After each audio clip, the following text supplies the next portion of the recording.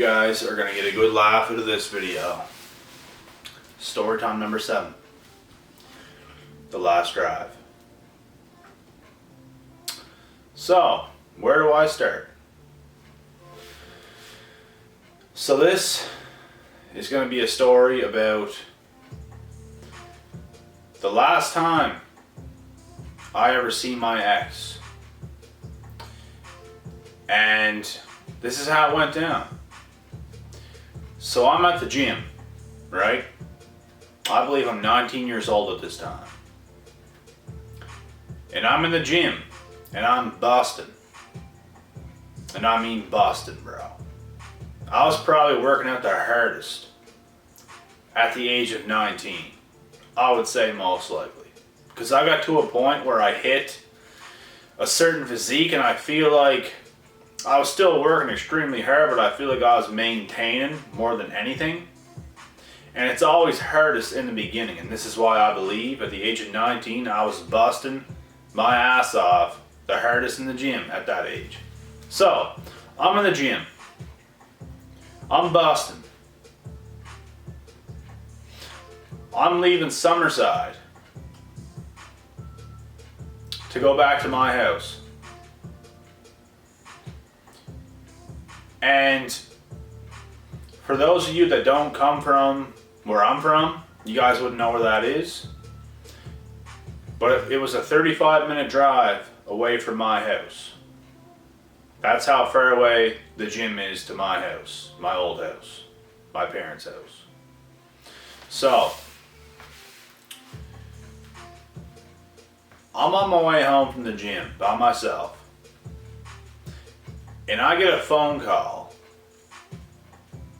from probably my best friend at this time. He rings me up, he says, "Man, you are not going to believe this." I just had this bad feeling inside of my chest when he said this. And I just sort of like froze up a little bit, just like worried. Just like, no, don't tell me something I don't want to hear. Like, you know what I mean? Because even before this, a lot of devastating things happened in my life, and I was like, nope.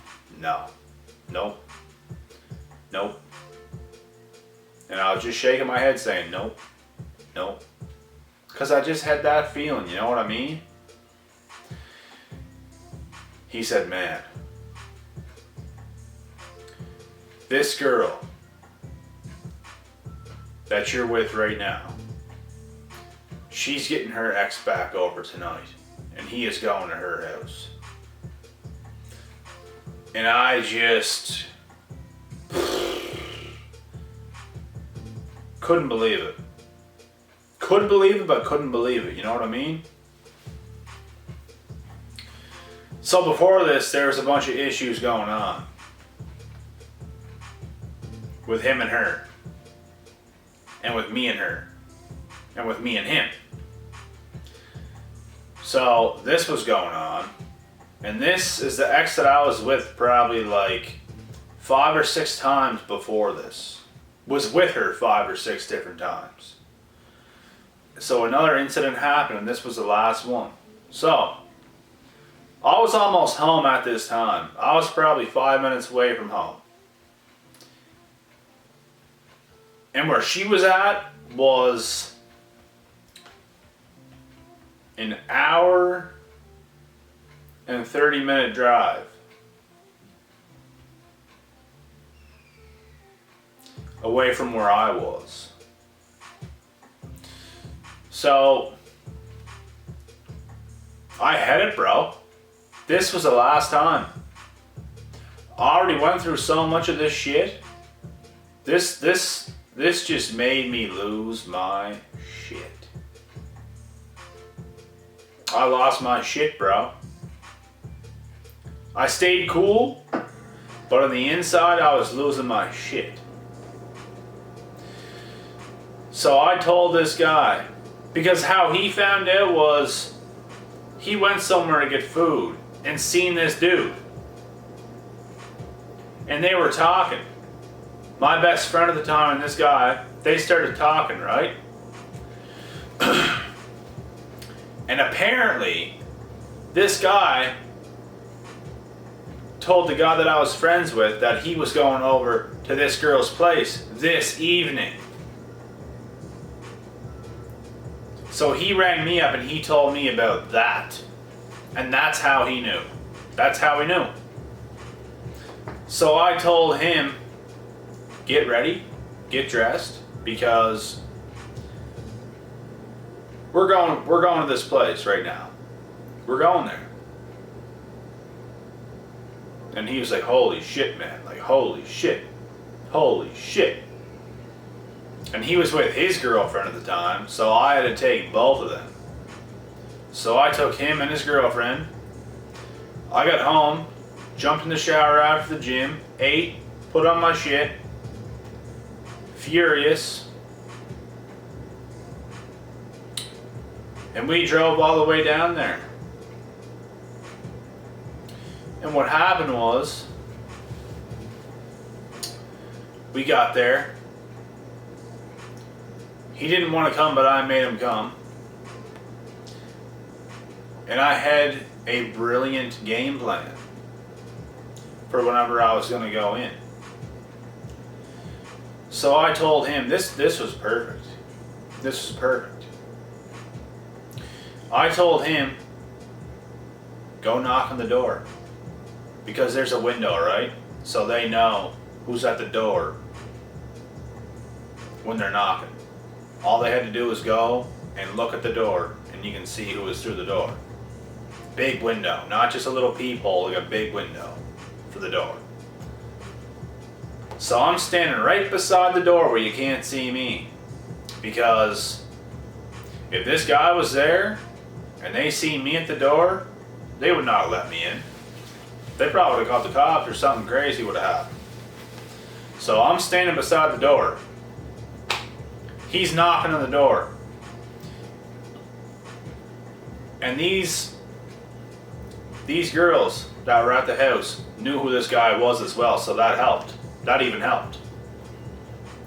So it was my ex in the house, and she was living with one of her friends. So it was two of them.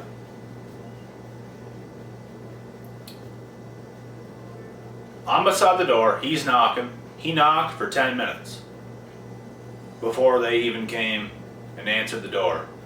Because it was the evening. They thought it was some crazy drunk guy just roaming around or something like that, and it scared them. But I wouldn't let him stop. I said, keep knocking, keep knocking, keep knocking. We're staying here until they answered the door. So they just peeped their head out. They seen who it was, and they're like, oh, hey, because they knew the guy, right? They come, open the door. As soon as that door opened just a little bit and the door started moving, I come right out the side, and I just pushed the door open. I was like, ain't you gonna let me in? And I just stormed right through the house. You should have seen the look on their face. It was hilarious. It's like they just seen like a murderer. I was a man possessed walking in there. And guess what? I marched to the house and I was like, where is he? Where is he? I was storming through the house. Where is he? He wasn't even there. Wasn't even there. I took her phone and I was like, give me your phone. Looked at it, took it, nothing. Got the guy blocked and everything, right? Right on spot, the guy's blocked. Had no time to do that. So, in my head, I'm just thinking like, what the fuck? I looked back at him and I was like, telling him to explain them what the hell's happening. He didn't even know. He said, well, he said he's going here tonight, and then I don't even know what happened after that. Somebody lied. Somebody lied. And I'm going to tell you guys, my plan and my intention when I was walking into this house, storming through, I wasn't just gonna attack the guy and beat him to death. Wasn't gonna do that. I'm smarter than that. I wouldn't do that to anybody. I'm not like that. I'd give somebody a chance, like if I stormed in and this guy like buffed up and tried to like get into my face or showed any aggression towards me like he was gonna do something, then yes, now you're dead. Now you're dead.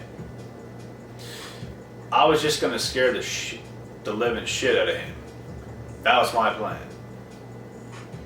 To literally make him never think about ever stepping foot back in that house again or anywhere near these people again. That was my plan. And I was gonna leave and I wasn't gonna answer nobody. Nobody. I just wanted to do that. Because I was pissed off. Wasn't gonna beat up nobody. But that's just what I was gonna do, just because I was pissed off. Because a lot of shit happened before this. And that's why I did it. I'm not this crazy person.